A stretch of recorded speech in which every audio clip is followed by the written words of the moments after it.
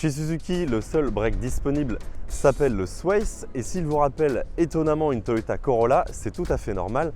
Les deux marques collaborent depuis 2019 à travers un partenariat commun qui a pour but de partager à la fois les mêmes plateformes, mais aussi les mêmes lignes de production et enfin les mêmes systèmes d'hybridation commune. La Suzuki Sways est commercialisée depuis 2020 en tant que sœur jumelle de la Toyota Corolla Touring Sport et elle suit donc le même cycle de vie et elle bénéficie donc du même restylage. Les changements esthétiques sont mineurs, on note un nouveau dessin pour la calandre avec un nouveau grillage. On a aussi un changement au niveau de la signature lumineuse. Et dernier point, les jantes qui adoptent un nouveau dessin. Alors l'avantage ici, c'est qu'on reste sur du 16 pouces, donc on aura un confort qui est quand même maximisé. Sinon, en termes de dimension, la Suzuki Swift ne change pas. Elle fait toujours 4,65 m de long pour 1,79 m de large et 1,46 m de haut. L'avantage d'un grand break, c'est évidemment son coffre. La Swift ne dispose pas de haillons électriques, mais dans cette configuration, on atteint 596 litres, donc c'est plutôt intéressant. L'astuce, c'est que l'on peut directement rabattre la banquette arrière avec une simple pression depuis le coffre, c'est quand même assez pratique. Et dans cette configuration 2 tiers, 1 tiers, une fois qu'on a tout rabattu, on atteint un volume très intéressant de 1232 litres. Pour conserver un tarif plus attractif, la Suzuki Swift est proposée en seulement 2 niveaux de finition, une version privilège et enfin la version pack légèrement mieux équipée. La seule option disponible reste une peinture métallisée facturée 700 €. À l'intérieur, on a une présentation qui va à l'essentiel, mais qui ne lésine pas pour autant sur les équipements.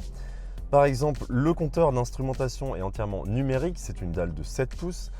Sinon, on a une dalle de 8 pouces au niveau de la console centrale. Alors, même si elle est bien définie, le seul petit bémol, c'est qu'elle reste assez petite et surtout, elle n'est pas inclinée pour le conducteur, donc ce qui rend la lisibilité un petit peu moins bonne.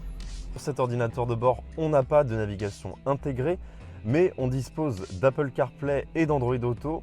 Donc, ce qui permet avec son smartphone d'avoir une navigation directement liée à son smartphone. Alors, ce qui est pratique, c'est qu'on a un chargeur induction qui est directement sous la console centrale, donc pour recharger son smartphone.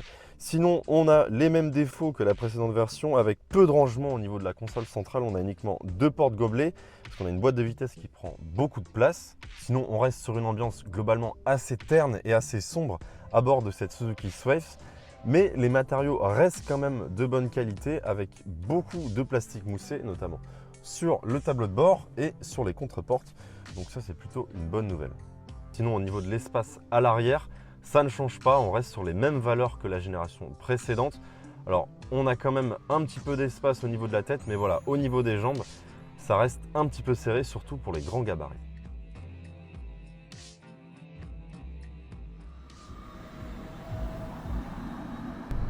La grande nouveauté sur cette Suzuki Swift restylée se situe sous le capot. Alors la motorisation hybride non rechargeable de 1,8 litre ne change pas. Donc c'est essentiellement le moteur électrique qui est amélioré. On passe ici de 122 à 140 chevaux. Alors le 4 cylindres du coup ne change pas et c'est le bloc électrique qui est légèrement retravaillé. Il est plus compact, plus léger et un petit peu plus puissant. Résultat, on a une auto qui est plus vive avec notamment plus de puissance en ville avec ce moteur électrique au couple instantané. Donc on a une auto qui a un agrément légèrement amélioré, mais par contre la boîte CVT de chez Toyota ne change pas. Donc on a une conduite qui est très souple, notamment à basse vitesse. Donc voilà, ça appelle vraiment à une conduite zen. On n'est pas du tout là pour écraser la pédale de droite, bien au contraire. Parce que quand on évolue à un rythme légèrement plus soutenu, voilà, on a un petit peu l'impression de pédaler dans la small. Si on appuie vraiment fort sur l'accélérateur, comme maintenant, voilà, on monte très rapidement dans les tours. Et ce 4 cylindres, malheureusement, il se révèle toujours bruyant dans les tours. Donc voilà, ça appelle vraiment à une conduite cool. Et ça tombe bien, cette Suzuki, elle est faite pour ça, pour une conduite en toute tranquillité. Les changements côté motorisation et surtout avec l'amélioration du bloc électrique font abaisser encore davantage le niveau des consommations. Cette Suzuki Swift est annoncée à 4,5 litres au 100. Alors dans les faits, voilà, dans une conduite vraiment tranquille et sans pratiquer d'éco-conduite, il est très simple de passer sous la barre des 5 litres, ce qui est quand même un très bon score pour un break de cette taille. Sinon, ce modèle bénéficie toujours au niveau des modes de conduite d'un mode B, donc le mode break, qui permet au lever de pied de régénérer un petit peu les batteries. Alors sous le plancher, on a une batterie de 0,8 kWh, ce qui permet un roulage en électrique à basse vitesse. Alors c'est quand même agréable, notamment en ville. On évolue dans un silence qui est quand même appréciable. Et surtout, voilà, à plus haut régime, on a un moteur qui va aider le moteur thermique, notamment dans les relances, pour avoir un roulage un peu plus souple. Sinon, si vous voulez rouler en 100% électrique, on a le mode EV qui permet de forcer le roulage uniquement sur les batteries. Voilà, si vous voulez maximiser le confort et surtout le silence. Et enfin, côté autonomie, Suzuki annonce jusqu'à 900 km, donc ce qui est quand même plutôt un bon score pour une hybride simple. Et enfin, côté châssis, vous l'aurez compris, cette Swift, elle est orientée type et confort. Donc on évolue vraiment avec un confort de roulage fort appréciable sur la route. Surtout l'amortissement est bon. Et enfin avec ces petites jantes de 16 pouces, on aura quand même beaucoup de gomme et on sentira relativement peu les aspérités de la route.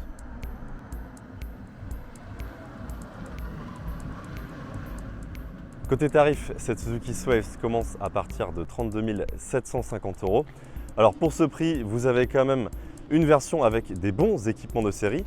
Vous avez aussi une nouvelle motorisation légèrement plus puissante, mais surtout des niveaux de consommation assez réduits, sous les 5 litres. Pour notre version d'essai PAC, on a un tarif qui commence à partir de 34 950 € avec l'option peinture métallisée, donc ce qui reste quand même légèrement moins cher qu'une Toyota Corolla. Si cette vidéo vous a plu, n'hésitez pas à laisser un petit commentaire ou encore un pouce bleu en bas de la vidéo. Quant à moi, je vous dis à très bientôt sur la chaîne d'autoplus.fr.